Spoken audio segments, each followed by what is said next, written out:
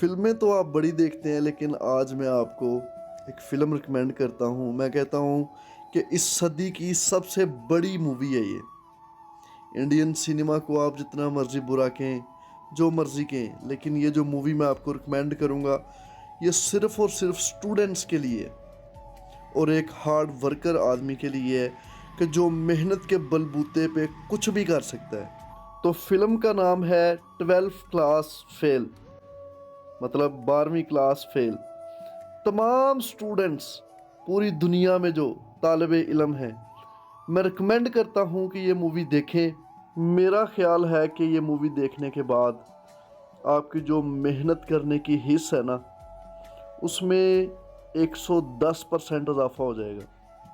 100% نہیں، 110% اضافہ ہو جائے گا۔ یہ مووی تمام CSS اور PMS لور کو لازمی دیکھنی چاہیے۔